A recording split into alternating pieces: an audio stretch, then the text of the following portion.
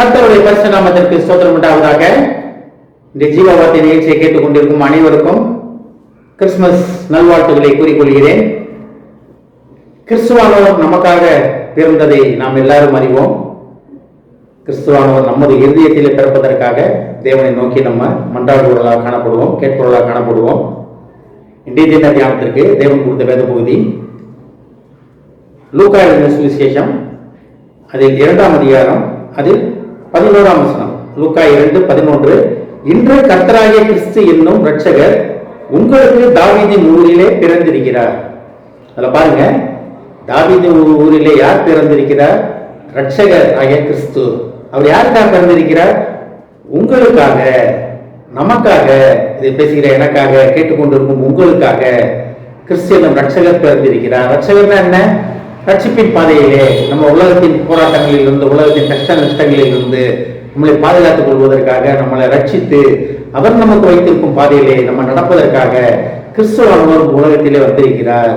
இது ரொம்ப மிகப்பெரிய ஒரு காரியம். இது நம்ம இதை பத்தி பேசணும்னா பேசிக்கொண்டே இருக்கலாம். இதனால கிறிஸ்துவின் வருகை வந்தது, எதற்காக அவர் நமக்காக பாடுகள் பட்டார், அடிகள் பட்டார் அப்படின்னு ரொம்ப நேரம் பேசிக்கொண்டே இருக்கலாம். ஆனா இதுல பாருங்க, கிறிஸ்து என்னும் இரட்சகர் நமக்காக, உங்களுக்காக தாவீதின் ஊரிலே பிறந்திருக்கிறார்.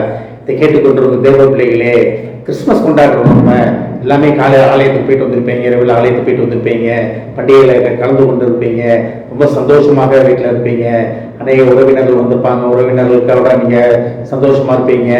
நிறைய பேருக்கு நீங்கள் உதவி செஞ்சுருப்பீங்க, எல்லாமே செஞ்சுருப்பீங்க. எல்லாம் சரிதான், எல்லாமே செய்ய வேண்டியது தான். ஏன்னா தேவன் இலவசமாக பெற்றீர்கள், இலவசமாக கொடுங்கள் அப்படின்ற தேவனோட கட்டளை நமக்கு. அதனால நம்ம அநேகருக்கு உதவுவதாக காணப்படுவதில் தவறே கிடையாது. நம்மளால் முடிந்த வரைக்கும் நம்ம அடுத்தவங்க உதவுவதற்காக கர்த்தர் நம்மளை அழைத்திருக்கிறார். ஆனா இதுல ஒரு மெயினான காரியம் என்ன என்று பார்த்தோம் என்றால், கிறிஸ்துவானவர் உலகத்திலே பிறந்தது மட்டும் கிடையாது, அவர் நம்ம இருதயத்திலே பிறக்க வேண்டும். இன்னும் இதுல உள்ள போனோம்னா, கிறிஸ்துவானவர் இயேசு கிறிஸ்து நம்ம இருதயத்துக்குள்ளே வாசம் பண்ணுகிறார். அதை நம்ம உணர வேண்டும். அதை உணர்வுன்னு வச்சுக்கீங்களேன், கிறிஸ்துவின் பிறப்பு முற்று பெறும். நம்ம ஒவ்வொரு வருடமும் நம்ம தேவனை கொண்டாடுறோம். ஆனா கிறிஸ்துவானவர், அந்த கிறிஸ்துவானவரோட மெயினான ஆசை என்ன தெரியுமா? அவர் நமக்குள் வாசம் பண்ணுவதை நம்ம உணர வேண்டும். ஆனால் தான் போலடிகளா இருக்குன்னு சொல்றாரு. பொந்தியெல்லாம் பார்க்கலாம், நீங்களே அந்த ஆலயம் ஒட்டின்றார். ஆலயத்துல யார் வாசம் பண்ணுவாரு? பிதாகுமார் பரிசுத்தாவியானவர் வாசம் பண்ணுவாங்க. அவங்க உங்களுக்குள்ள வாசம் பண்ணுகிறார். ஏன்னா நீங்க அந்த ஆலயமாக இருக்கிறீங்க, தேவன் தெரிந்து கொண்ட ஆலயமாக இருக்கிறீங்க.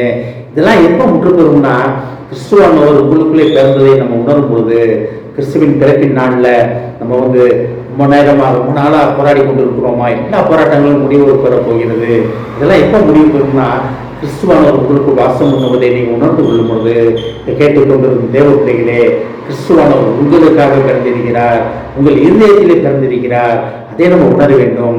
இன்றைய தினத்துல ஒரு முடிவெடுப்போம். நம்ம கர்த்தரை உள்ளத்தில் இருப்பதை நான் உணர்ந்து அவருக்கு நன்றி சொல்வேன். ஒரு முடிவெடுப்போம். கிறிஸ்துவின் பிறப்பின் நாளில் கிறிஸ்துவானவர் உங்களுக்காக பிறந்த கிறிஸ்துவானவர் உங்களுக்காக அநேக அடையாள அற்புதங்கள் செய்வதற்காக, உங்கள் மூலமாக செய்வதற்காக காத்து கொண்டிருக்கிறார். ஆமென். ஜெபிப்போம். எங்களை அறிவுமனசின் அன்பின் பரலோக பிதாவே, தகப்பனே, நீர் எங்களுக்காக பிறந்ததை, நீங்க எங்கள் இருதயத்தில் வாசம் பண்ணுவதற்காக நீர் பிறந்து வந்ததை நாங்கள் புரிந்து கொண்டோம் ஆண்டவரே. நீர் எங்கள் இருதயத்தில் வாசம் பண்ணுவதை நாங்கள் புரிந்து அதற்கேற்றபடி நடக்க எங்கள் வழிகளை உமது பாதத்திலே தருகிறோம் ஆண்டவரே. நீர் எங்களை பொறுப்படுத்திக் கொண்டு உமக்கு பிரியமானபடி நடக்க எங்களை தயார்படுத்துவேன் என்பதற்காக நன்றி நன்றி நன்றி தகப்பனே.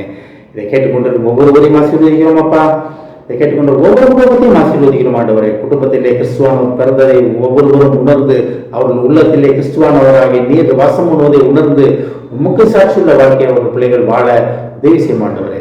கிறிஸ்துவான் பிறப்பின் நாளிலே அவர்கள் மகிழ்ந்து கழிவுற உதவி செய்ய மாட்டவரே. ஆசீர்வதியும் அப்பா. இயேசுவின் மூலமாக கேட்கிறேன் நல்ல பிதாவே. ஆமென். கர்த்தர் உங்களை ஆசீர்வதிப்பாராக.